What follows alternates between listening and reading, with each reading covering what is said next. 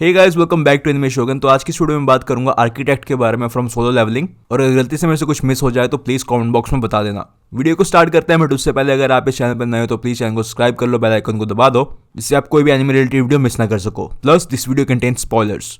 तो solo levelling के starting में संग जिन वू कुछ और हंटर्स के साथ एक डंजन में जाता है जहाँ पे बड़े बड़े स्टैचूज होते हैं एंड वो उनको मारना शुरू कर देते हैं। आई गेस इतना तो तुम्हें पता ही है। ये कोई आम मॉन्स्टर्स नहीं थे और ना ही एक नॉर्मल डी रैंक डंजन था। इस पूरे सेटअप का एक ट्रू पर्पस था जहां पे इन सभी स्टैचूज में से दो स्टैचू सबसे ज्यादा मेन थे। पहला तो वो सबसे बड़ा वाला स्टैचू जिसके सामने सारे सर झुकाते हैं एंड दूसरा वो हुडिड स्टैचू जिसके पीछे विंग्स थे और उसने एक स्टोन स्लैब पकड़ा हुआ था जहां पे सभी कमेंडमेंट्स लिखे हुए थे। एंड यही आर्किटेक्ट। लेकिन इससे पहले हम सीधा आर्किटेक्ट पे जाएं, चीजें इजी करने के लिए हम पहले समझ लेते हैं डबल डंजन है क्या। असल में इसे कार्टेनियन टेम्पल कहा जाता है जो कि देखा जाए तो एक तरह से बेस ऑफ ऑपरेशन की तरह काम करता है आर्किटेक्ट के लिए, जिसने कि डिजाइन और मॉडरेट किया था सिस्टम को जो जिनवू को एबिलिटी देती है लेवल अप करने के लिए ताकि वो ओरिजिनल शैडो मोनार्क ऐशबोर्न की पावर को इनहेरिटेट कर सके। एंड जिसको ऐशबोर्न के बारे में नहीं पता वो मेरी प्रीवियस वीडियो देख सकते हैं जहां पे मैंने ऐशबोर्न को एक्सप्लेन किया है। तो जब मोनार्क्स ह्यूमन वर्ल्ड पे हमला शुरू करते हैं तो ऐशबोर्न अपनी मर्जी से मोनार्क्स का पीछा करता है and at the same point architect उसके पास आता है एक ऑफर के साथ कि वो उसके लिए एक सुटेबल ह्यूमन वेसल को ढूंढेगा एंड बदले में वो हमेशा के लिए जीना चाहता है और we can say immortality. And अब तुम पूछोगे कि ऐशबोर्न को वेसल क्यों चाहिए थी, तो चलो वो भी मैं बता देता हूँ। तो ऐशबोर्न एक बहुत ज्यादा स्ट्रॉन्गेस्ट मोनार्क है एंड वो इतना ज्यादा स्ट्रॉन्ग है कि वो ऐसे ह्यूमन वर्ल्ड में नहीं आ सकता। उसे एक प्रॉपर वेसल चाहिए जिससे कि वो अपनी पावर इनहेरिटेट कर सके।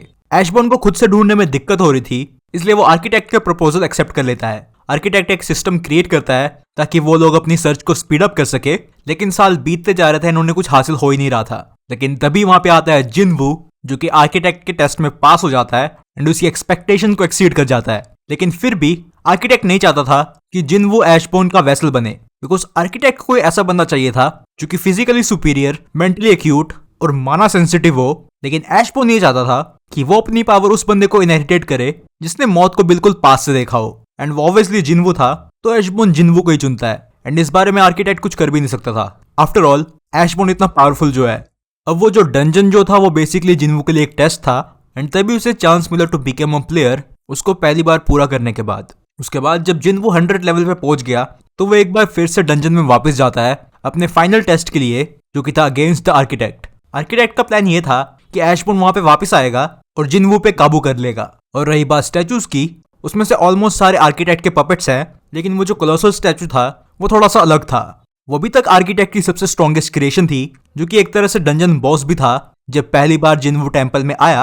एंड इस स्टैचू का स्ट्रॉन्ग होने का एक रीजन भी है बिकॉज ये रिजेंबल करता है एब्सोल्यूट बीइंग को जो कि बेसिकली सोलो लेवलिंग का गॉड है। और अगर तुम्हें नहीं पता तो बता दूं, जो स्टोन टैबलेट आर्किटेक्ट ने पकड़ा हुआ था जिसपे कि कमेंडमेंट्स लिखे हुए थे वो भी एक स्मॉलर रेप्लिका है उस थ्रोन का जिसपे कि एब्सोल्यूट बीइंग बैठा करता था। एंड यही सिमिलर रूल्स उस थ्रोन में भी लिखे हुए थे जो कि थे वर्शिप द गॉड जहां पे पहले सभी एब्सोल्यूट बीइंग की पूजा किया करते थे, उसके बाद प्रेज द गॉड जहां पे सभी एब्सोल्यूट बीइंग को पुकारते थे वॉर के दौरान, और था प्रूव योर पिटी जहां पे सभी अपनी ब्लड और लाइफ से अपनी एलिजियंस प्लेज करते थे एब्सोल्यूट बीइंग की तरफ। एंड जो कोई भी इस नियम को नहीं मानेगा वो कभी जिंदा वापस नहीं आ सकता। यही सेम रूल्स जिनवू ने भी पढ़े थे जो वो पहली बार इस डबल डंजन या फिर काउड टेम्पल में आया था। तो और उसके बाद जब जिनवू दोबारा उस टेम्पल में वापस आया तो आर्किटेक्ट ने वो स्लैब तोड़ दिया और वो कहता है कि इसका कोई मतलब ही नहीं है। एंड शायद वो इसलिए कहता है क्योंकि एब्सोल्यूट बीइंग तो मर चुका था, और या फिर शायद उन रूल्स का बस एक बार के लिए काम था।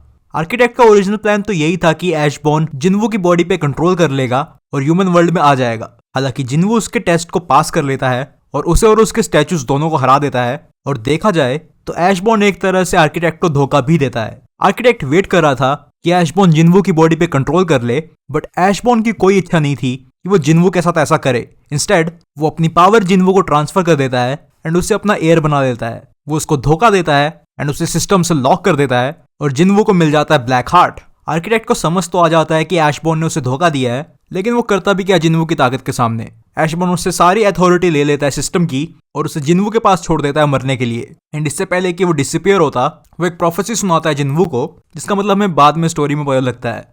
और अगर देखा जाए तो आर्किटेक्ट और डबल डंजन दोनों काफी इंपॉर्टेंट रोल प्ले करते हैं जिनवू की डेवलपमेंट में in order to become shadow monarch. Double dungeon एक टेस्टिंग ग्राउंड की तरह था और वो जगह भी थी जहां पे आर्किटेक्ट को मारा गया। एंड आई गेस अगर वो ना होता तो जिनवू को कभी ये पावर्स मिलती ही ना और शैडो मोनार्क कभी उसको अपनी पावर दे ही ना पाता।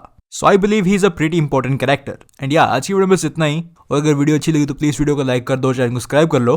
मिलते हैं एक नई वीडियो के साथ, तब तक के लिए सांगारा।